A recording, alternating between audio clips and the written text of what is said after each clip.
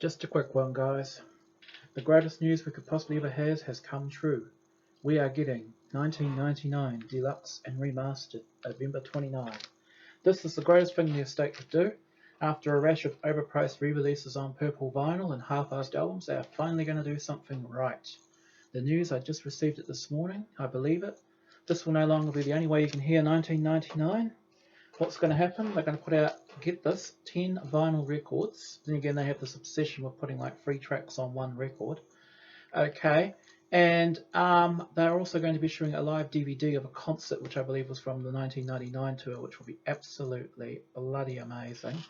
So I think I got this computer down too low. It keeps sliding. I don't need the light on in this room anymore because we cut down a tree in the back, which was blocking out a lot of the natural light, so that's really good. What else too? There's also a CD version, which is 5 CDs and 1 DVD. They're all going to be really good. Basically, basic track layout. Basically, every CD is equivalent to 2 records. Two records, basically.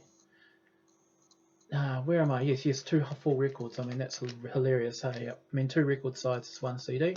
So what's happening is basically the first 4 sides is just basically the album as you see it now. So again, apparently it's been remastered, which I find bizarre because generally the sound on 1999 is just absolutely fucking incredible.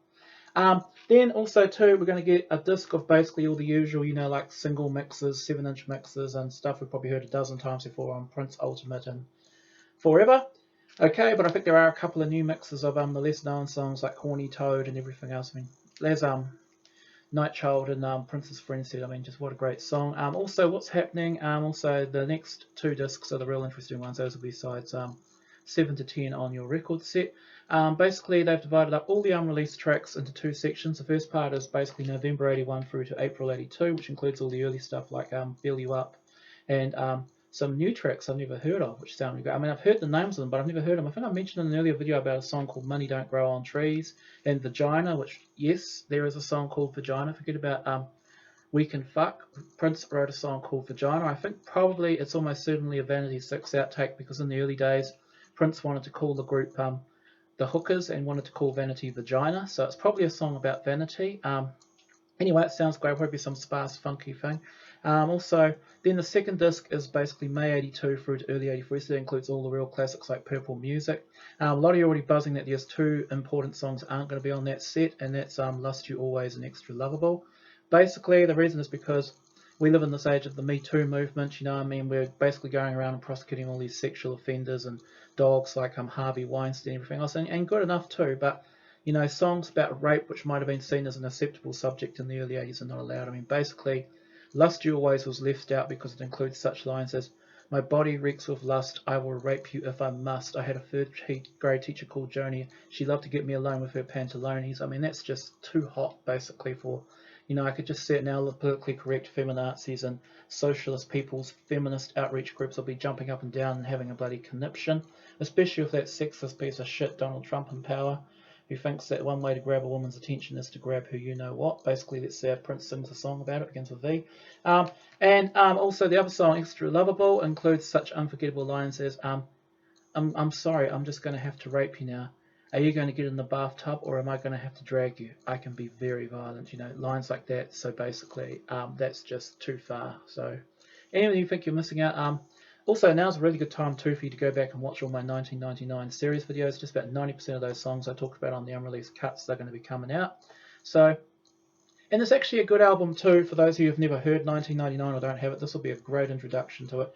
The only thing I'm hoping they don't do is they don't issue it at about like $170 or something. If they make it really expensive, the estate's going to make another marketing error because. And in some ways too, it's not 100% perfect because the casual fan who's never really heard of Prince is probably not going to buy a 10 record, 5 CD, 1 DVD, sort of set. So it's not a 100% blazing triumph. It's more a 4-star rather than a 5-star triumph. But it's definitely going to get, sales from the hardcore fans. The other thing I really need to get right this time too is I need to issue it in decent quality cases, not cheap, shitty card that's going to fall apart after a few months, basically. Unless, of course, you're like me and you just burn the things onto your computer anyway, so you hardly ever play the album set.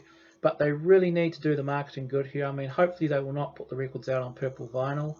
Because there was an excellent video by Mr. Ants recently where he talked about basically how the estate is fudging up the Prince thing, saying that, real stardom doesn't exist like it did in the 80s. Like, I agree totally with his point saying that people are now stars because they go on a TV show to have sex, like Love Island and Married at First Sight, and promoting slut culture like the Kardashians. That's my own bits there, Mr. Anston say that.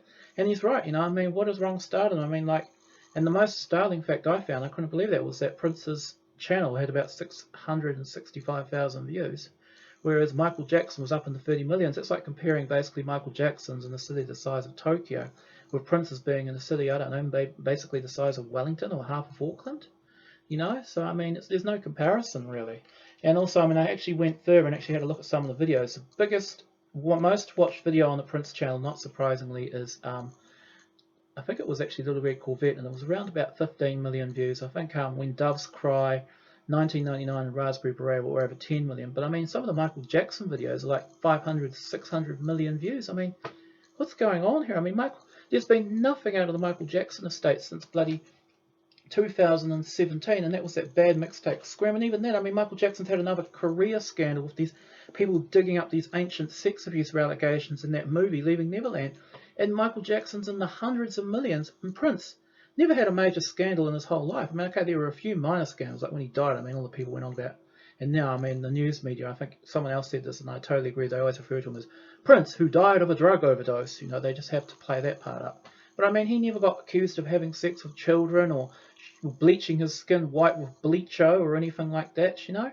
But yet, you're right. I mean, where is the fandom? And I'm just worried this latest move, as great as it is, as much as us big fans are going to absolutely love it and go absolutely bananas over it for weeks, is it really going to bring in casual fans, you know?